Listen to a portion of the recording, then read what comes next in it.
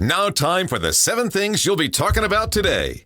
Number 7. All right, just a normal day here. Auburn has now claimed 7 additional national championship titles.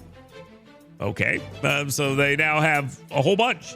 I guess we're saying they have 9 of them now? Okay, 1910, 1913, 1914, 1958, 1983, 1993, and 2004. All national championship years now for Auburn. And interesting, very interesting. I will kind of point this out. Tommy Tuberville, congratulations to Governor-elect, now national championship winning coach Tommy Tuberville. Pat Dye gets one as well. My favorite one is in 2004. They were ranked 10th overall. They were undefeated, but they were denied a chance to play in the championship game. So they claimed that championship. Okay. All right. There we go, guys. Awesome. Number 6.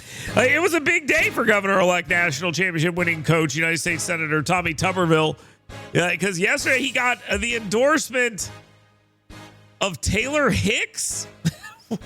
What is going on? What is going on? Taylor Hicks endorsed Tommy Tuberville, and that's a thing. He said, quote, "I believe Senator Tuberville is the best candidate for governor for Alabama, and I'm putting my full endorsement behind him." Thank you, Taylor Hicks. I don't know why this is happening. Also, Tommy Tuberville spoke out against the male cheerleaders in the NFL, saying, "I hope we don't bring that to the South." To which people are saying, "We already have male cheerleaders in the South." Yes, that's correct. But they're built like brick houses. They are not, never mind. I'm not going to say what they're not built like women. Let's just put it that way. Okay, these are not the same thing. Stop pretending that they are. Number 5. Did not see this coming, but Tuscaloosa has been ranked the 2nd most dangerous college town in America. That is definitely not a perception that you hear, but there has been a list thrown out there. Tuscaloosa, home, this is what they say. Tuscaloosa, home to the University of Alabama, ranks 2nd with 149 crimes per 10,000 residents. Much of the risk is tied to areas with heavy nightlife activity where alcohol-related incidents and thefts are more common. The city's mix of students, student renters, and visiting sports fans can also create conditions for opportunistic crime. Yeah, that's fine, but every college has that, so I'm not sure I buy that. Number 1, we did it, guys! The University of Florida! Yeah, go Gators! We are the number 1 most dangerous place for college students. Great. Number 4. U.S. Representative Kevin Kiley has made it clear he needs someone to do something about this redistricting stuff. Texas and California are playing this game, and he is calling on Speaker Mike Johnson to get involved. I don't know what you want him to do. I have no idea, but Johnson said he is taking measures to halt the new congressional lines in California. Quote, "Democrats across the nation have played politics with redistricting for decades. This is just the latest example. Republicans who are following state and federal laws will not be lectured by people who abuse the system. I instructed the NRCC to use every measure and resource possible to fight the California Democrats' illegal power grab." So they're going to dump a bunch of money into that state, and they're going to try to stop them from redrawing the district. And that's going to cost $250 million in California to do that. I don't know why it would cost that much, but sure. Okay, stop them. Number 3. Guys, we are looking at some pretty good information, and we should be very happy about it. Quote, "Most schools have seen test scores increase." That's good. This is good. We're moving in the right direction here. A majority of Alabama schools improved on the state's annual standardized tests, including English and math subjects. More than 90% of students were proficient in all subjects. And that's one school in Montgomery, but in others, fewer than 5% were able to master foundational skills. So we got a gap here. And, I think we all know what the gap is about, but there are some real issues here. But overall, it's all looking pretty good. Scores are going up in most schools. and that is good. Now, again, that doesn't necessarily mean that things are going fantastic across the board, but it does mean that we are seeing some improvement. The focus is real, and it's making a difference. Number 2.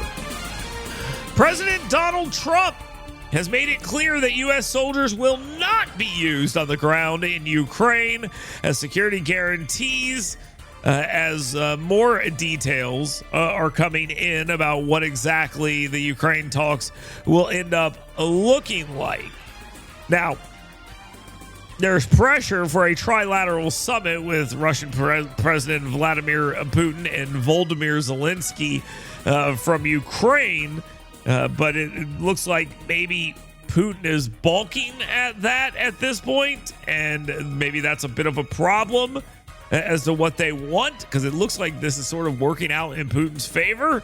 But security guarantees, they're working on it. Putin obviously doesn't want troops on the ground in there, so they're worried about that. Donald Trump has talked about air support. That's been part of it as well.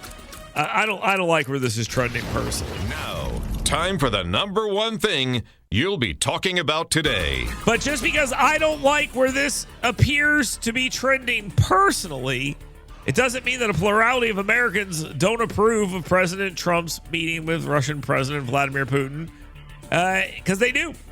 And they do. A plurality say they approve of the meeting, and they're glad it took place. Alabama Republican leaders have praised President Trump's efforts to end the Russia-Ukraine war, and I think that that's good as well. And I think Katie Britt is right when he said President Trump is the president of peace. The deal maker in chief. History needs his strong leadership on the world stage in this pivotal moment. So she is optimistic of this, and she should be. I'm optimistic for it as well. But my optimism only takes me so far, because I'm not super psyched about the stuff we're seeing when it comes to where Putin and Russia seem to be going. I think that this is really becoming a bit of a problem here. But again, there is an attempt to make peace. Whether or not Putin is down with it, I don't know. What I can tell you is this. Zelensky's been moved. Europe's been moved. The only question is, can Russia be moved? And it seems like Russia's moving in the wrong direction. I want to be wrong. I want to be wrong so bad. I hope I am wrong here. But it appears at this point in time, I'm going to be a negative Nancy and sort of throw up the flag here and say, this doesn't really seem to be moving in the right direction. But I'm optimistic, deal maker in chief and all that stuff. I think he's been very clear that he is trying to make a deal, and this is not over. So we'll continue to stay on top of that and continue to make that a priority of this program as well. Hey, real quick, Matt Curtis. I tell you about him all the time. I'm going to tell you about him again. Matt Curtis Real Estate. The guy can help you make the next move in your life simple. Yeah, you know why? Because he's going to help you sell your house. You don't have to pay 2 mortgages and deal with 2 houses or any of that stuff. You want your house sold quickly. Yeah, it can be contingent on buying another house. These are all things that factor into this, and Matt Curtis and his team understand all of this. Let Matt Curtis help you out today. That's mattcurtisrealestate.com. The guy gets it. When it comes to selling homes, he understands it. You want your home sold quickly? Matt Curtis is going to get that done. mattcurtisrealestate.com. Talk to that guy today, and when you do, make sure you tell him Dale Jackson sent you. Get WVNN's Dale Jackson's 7 things you should be talking about today right in your email box every morning. Go to yellowhammernews.com and sign up today.